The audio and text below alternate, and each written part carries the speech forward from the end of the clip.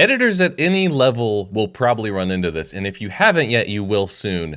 Difficult clients. And today I'm going to have a chat with my dear friend, veteran commercial director, former editor, and current co-professor with Matthew McConaughey at the University of Texas at Austin. His name is Scott Rice. Welcome, Scott. Thanks for having me, Austin. And today we are going to talk about some war stories from our past in hopes we can give you some practical tips on what to do when you don't jive with a collaborator.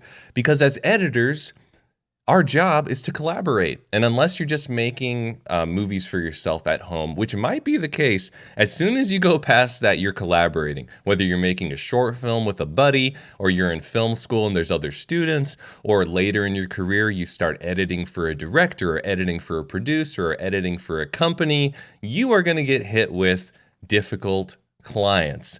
And so, Scott, I think we just have to dive in and start maybe bringing up some stories from our past. So I'm sorry, this is going to be might be a little painful, but I want That's all I right. want to talk about what was hard, but I also want to be productive in that I want to say what we learned and how we can save those out there watching the pain of learning this the hard way. Because we've been doing this for a while. I've been editing for 20 years. Scott's been a director and a commercial director for around the same, if not longer. He started when he was 12 years old making movies.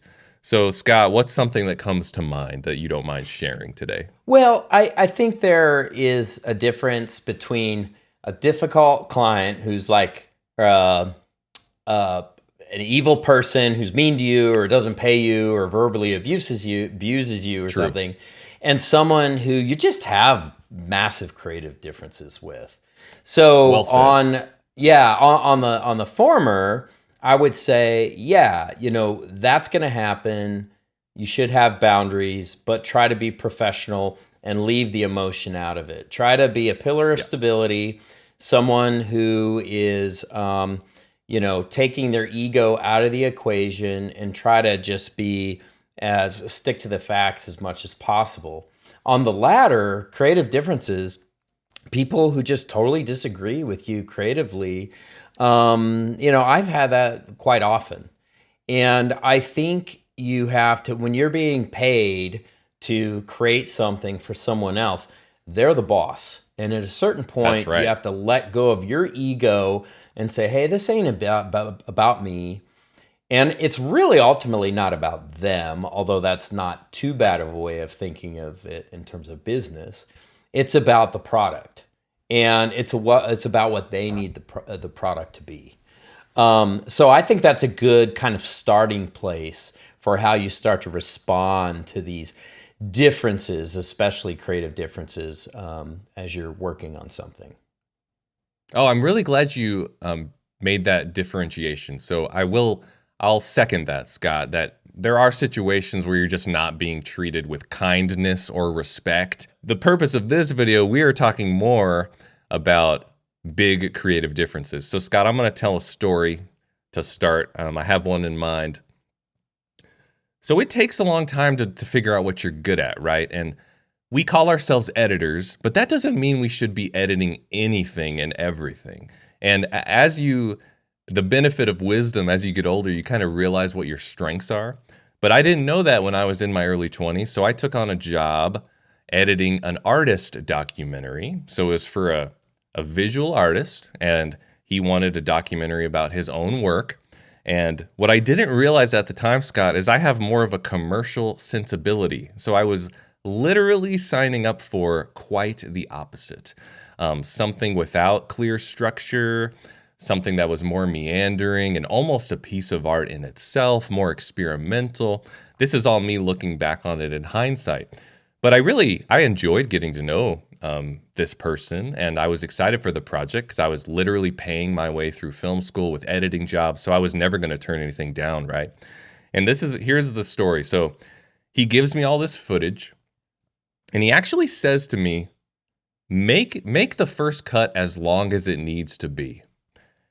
And I don't think I was doing this maliciously, but I was like, oh, so he wants me to make it how long I think it needs to be. So here he is. He's expecting a 30-minute 30 to 60 minute feature documentary, right? Because he gives me all this footage. And the first thing I show him, because this is how long I thought it needed to be, I show him an 8-minute cut because I'm like, this thing is so boring. I'm cutting out all the stuff of you making art. I'm cutting out all these weird scenes that make no sense to me. And it was like I thought it was pretty good actually. It was like, because I turned it into like, I took his interview and I made it more like a 60 minutes artist segment where they're like, oh, there's this cool interview and cool B-roll. And I kind of cut some of the cool city scenes. It was on, he was doing a trip overseas. And when I saw him watch it, I could tell like all the air came out of the room. Because what I did by showing him that is I was saying to him by actions, I don't think you have a 30 to 60 minute piece here. I don't think this is interesting enough to be a long documentary. I think it should be this. And one's not right or wrong. It has to do with what you said at the beginning, which is creative differences. We have opposite sensibilities, and probably I was not the editor for him. Well, in your defense, Austen, he did say, make it as long as it needs to be. And you interpreted that in a certain way and your own way.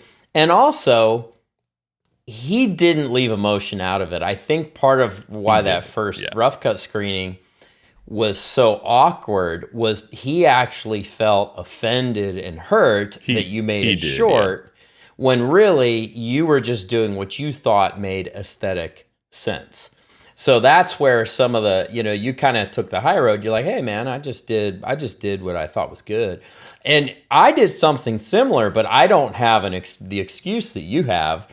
I edited a feature film and the director was excited for me to show his first cut. This is supposed to be a 90-minute movie at least.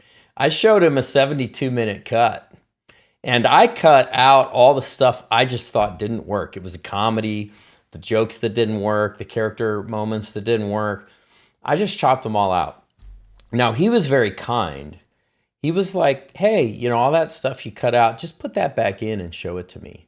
And what I learned was that the editor, the director or the producer or the boss of any project, they need to see what they shot first. You've seen it. They do. And you've judged that certain things need to come out and be left on the cutting room floor. But they need to be a collaborator in that decision. And this director had also written the movie. So he wanted to see, hey, did my dialogue work? At least show me. He hadn't seen the raw footage, so I needed to at least show what he did, and then we could kind of nip and tuck from there. Yeah, that's cool that he was kind to you. And what I liked about what he said to you is he was clear. He simply said, please put that all back in and show me. So that's a clear instruction. So that's a little ego hit for us as editors, because we did make a judgment call and said, here's what I think. But here's what I've learned, which will be a takeaway for you listening. When you start with what they expected, you're more likely to be able to add in your 2 cents going forward in the process, because then it's a creative collaboration. And you're saying, here, you expected this, I respect you, and that's what I'm going to show you first. And then together, we're going to have a creative collaboration, and maybe I'm going to present to you some ideas on how we could cut out some of this stuff later. It works really well like that. Also, with giving creative feedback, this is something that I try to do, and this works in all areas of life. Because we're in a collaborative job, we are always having to criticize each other. I'm having to tell things to Scott that I don't like that he did. He's having to tell things to me, literally, that I did that he doesn't like. And I'm going to give you a tip that helps. I think somebody calls it like a feedback sandwich, where you put your critical feedback as the meat, but then you have these 2 buns on the outside that are something you liked. So it's like, hey, Scott, man, the footage you got on set, that one actor you got, what a killer performance. Or like, dude, that establishing shot was killer. But man, this other actor had some problems. We're going to have some. Do you mind if I dive in? And do you agree that there's kind of some performance problems? But man, also the ending you got was great. Do you see what I did there, everybody? That's a wonderful way to work with other people, even as an editor, telling a director what they could change. Well, and all those critiques, Austen, so you got the positive comments, Yeah. sandwiching in them, but they're still kind, they're still objective. You're not saying, Yes. hey, this actor had a crap performance. That's Yes. a cruel way of putting it. To It say, is. hey, this actor, the performance is problematic. I'm not buying the truth of it sometimes. That's a more objective, less cruel way of talking about it. Once you start to really be mean about a project, it's kind of hard to bounce back from that, especially if your collaborator disagrees with you. Then it gets really dicey, because if they're like, I thought this shot was the worst shot, it looks cruddy, I'm going to cut it out. And that person's like, I thought that was the best shot that we got. I thought it was beautiful. Suddenly it's I like, thought the story needs that. yeah, like whatever. then there's almost like no wiggle room for a conversation. You guys are on polar opposite ends. But if you have some objectively clear and reasonable reasons why you think that shot doesn't work or needs to come out, you guys can start having a conversation about that and maybe be swayed. Yes, that's so good. I will just throw out another story. I've just made so many mistakes over the past 20 years. And earlier in my career, I could remember just making a mistake. Like, it could be like a technical mistake. Like, I deleted something I wasn't supposed to. There is something inside of us as humans that we do not want to admit we're wrong. And this maybe comes with age and wisdom and making as many mistakes as I have. I've made all of them. Oh my gosh, it's just so much better if you just said, I made a mistake, I was wrong. You'd be so surprised at how quickly it's okay and it's smoothed over. Yeah, it's human nature to give grace when someone admits they did something wrong, or when someone admits that their idea wasn't right and the other idea was better, even though they really fought hard for it, or there was a little bit of creative tension over it. It just dispels the tension. It makes it all go away, and it makes everything okay. You were right, I was wrong, and you know what? What you're saying there is, I value our collaboration. It's not about me. It's about us. Yeah. And then ultimately, it really is about this final thing we're making, whether it be a film or a commercial. That's really the thing that matters. And you're saying, I'm not above that thing we're making. And when you're young, I heard a commercial director say this recently.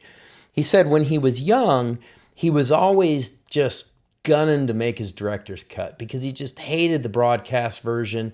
He hated the idea of collaboration and making a commercial for someone else's product. And he wanted to make his own thing for his reel so he could sit on top of it, share it with the world. And it was more about self-aggrandizement.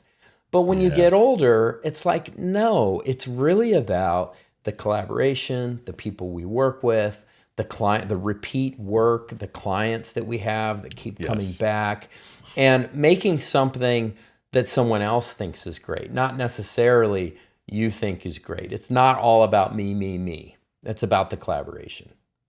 That's so great. Okay, I'm going to bring up a point that I think we've all dealt with before. A lot of what we talked about so far is about creative differences. It's very subjective. Now, occasionally, Scott, you'll probably smile at this, on a commercial, there's lots of people involved, right? There's a client, there might be a whole marketing team and a CEO. Then there's the whole ad agency. There might be a producer and a writer and an art director. Then there's us, right? And sometimes we are asked to do things that are objectively wrong. Yeah. And I think this probably does happen to everybody out there. And I want to let Scott chime in on this too, but I'm going to give you my mental strategy for dealing with this. Let's just say there's something objectively wrong. The cut is actually wrong. The audio is actually wrong. The text on screen is actually wrong for some reason. Kindly point it out. Make sure you're doing your due diligence, that you're not letting this mistake, you're bringing up this mistake. Okay, and go with me now. So they say it's staying. This person says it has to stay. That used to make me feel really defeated and cynical and jaded, where I was kind of wanted to throw my hands up in the air and stop. But here's how I think about it now, that I want to give you this mental tip. I'm an editor. I get to edit, and that's awesome. That's what I love to do. At that point, I try to remove myself from the creative aspect, that I'm kind of creatively in charge of this, or it's my baby. And instead, I am simply trying to help bring these people's vision to life. Okay. And so what they want goes. Scott alluded to this in the beginning. They're the boss, right? And even Scott is not the boss on a commercial. He is working for the client and the ad agency and all these people. So I let it go, and I try to focus on my craft at that point and enjoy the craft of making a commercial, enjoy the fact that I get to be an editor instead of a whatever, all these other jobs out there that I don't wish to have. Not that there's anything wrong with them. And I say, you know what? I did my job. I told them about this thing that I think is objectively a mistake. Now I'm going to let go of that, give that to them, and enjoy the rest of the process as with a servant's heart of saying, okay, I'm going to help you get your vision to the reality. I don't agree with this objectively from my standpoint, or maybe creatively. And yeah, it might not end up on my reel, but that's not really what it's about. Maybe the next one can, or maybe we can have our own version of the cut. And I'm going to kind of move on from there. But I think the key with that is, it's terrible. It creates a terrible situation when you just become cynical, because then you're in a bad mood. Then there's this tension. Then they're in a bad mood. So it's about professionalism and shifting your mindset. And Scott, I know you've also dealt with this a lot as a director and probably an editor. What are some mindset shifts you can think of and how you deal with it? Well, I think staying objective about that thing that is objectively wrong, and kindly saying, hey, this is technically a mistake in filmmaking 101. Because some people will encourage you to, for example, create a jump cut where there probably shouldn't be one. And they don't really understand why that's wrong. And you might have to explain that in a very kind way that's not talking down to them. And then show them some other alternatives. But if they don't budge, take remove your ego. It's harder when you're doing something on spec or something pro bono. If you're making a film and you're doing it for free and it's all for your reel, that's really, really tough. But like you said, Austen, when you're getting paid and it's a job, you just got to go back to that idea that this is a real privilege to get paid to do this craft. And you also mentioned, you can have your own cut. So at that point, I go, you know what? It's not going to be useless on my reel because I'll make a director's cut, or you can make an editor's cut that fix that little thing that you thought was objectively wrong, and you can put it on your reel and you're good. So there's no reason to have the argument with someone who might continue to hire you and give you this glorious career. Sometimes you just need that one return client that always comes back to keep you afloat for your whole life. Oh my gosh. So you don't want to burn a bridge over some tiny detail on one campaign, one commercial, or one film. Don't do it. It ain't worth it. It ain't worth it. Just finish that job, be professional, and because you never know what's going to happen or what those connections are going to lead to. And I think that sends us perfectly into talking about what happens when you meet somebody that you really connect with, like my dear buddy Scott here. When you find a collaborator who's really on the same page creatively, and you get the chance to work together over and over again, it's a really special relationship. So thank you, Scott, for being one of my special collaborators. And man, we've had all these experiences. We've probably been difficult to each other. I'm sure of it throughout 20 years, but we hung in there you get a sense that when a director finds an editor and an editor finds a director that you really jive, you want to keep going back there because it's a really special thing when you're on the same page creatively, I would say. It feels good. It's fun. You're basically working with a friend at that point, and it just Yeah. doesn't feel like work. It just feels like this creative play. I always, liken it to playing in the sandbox as a 3-year-old Yeah. with your best friend, next door neighbor, building sandcastles and stuff together.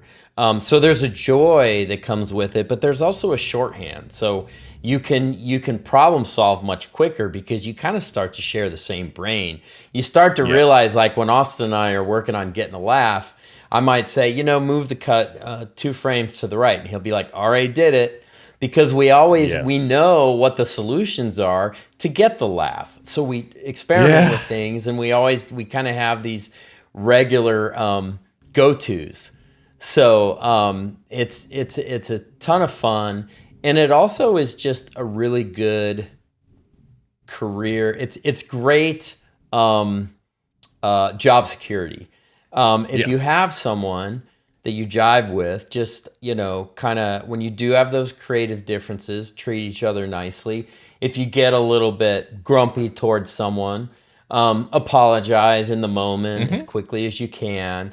That kind of creates that bond, and we do that a lot of times, Yes. Austin. Yep. Sometimes there's long days, and you Oh, kind of yeah. lose your patience, and you kind of snap a little bit, and you just say, "Hey, I'm sorry, that wasn't cool. I apologize," and just get it over with quickly, so you can move on and be creative again. And that's some of the secret sauce to having fun, working together quickly, having kind of this forever client, and really just keeping the tension at bay and just Hmm. keeping it friendly and fun. It's good to talk about this stuff. I don't think a lot of people are talking about how difficult this job can be and how it is to have a difficult or have creative differences with a client and some solutions on how to solve it. So I hope you watching can learn from our mistakes and you can learn to become very objective, very professional. You can be quick to apologize, and you can hang on to those great collaborators and go out of your way to make those strong relationships because you never know if you're going to have a lifelong friend and collaborator like I have with my buddy Scott. So thank you, Scott, so much. Thank you, man. Grateful for you. And Scott is amazing, and he's on social platforms. He's on Instagram. Go follow him there. He's going to be doing a ton more YouTube videos soon. He is an incredible teacher, obviously co-teaching with Matthew McConaughey. He has impacted so many students' lives. So go give him a follow. And if you want to go deeper, if you like content like this, download my free editing guide, which you can grab at the link below. And also check out my editing course, where you will take on real world projects and get personal feedback from me, which is really the most fun part of my job working on this course with students. And if you like editing videos, I think you'll like this one next. Happy editing.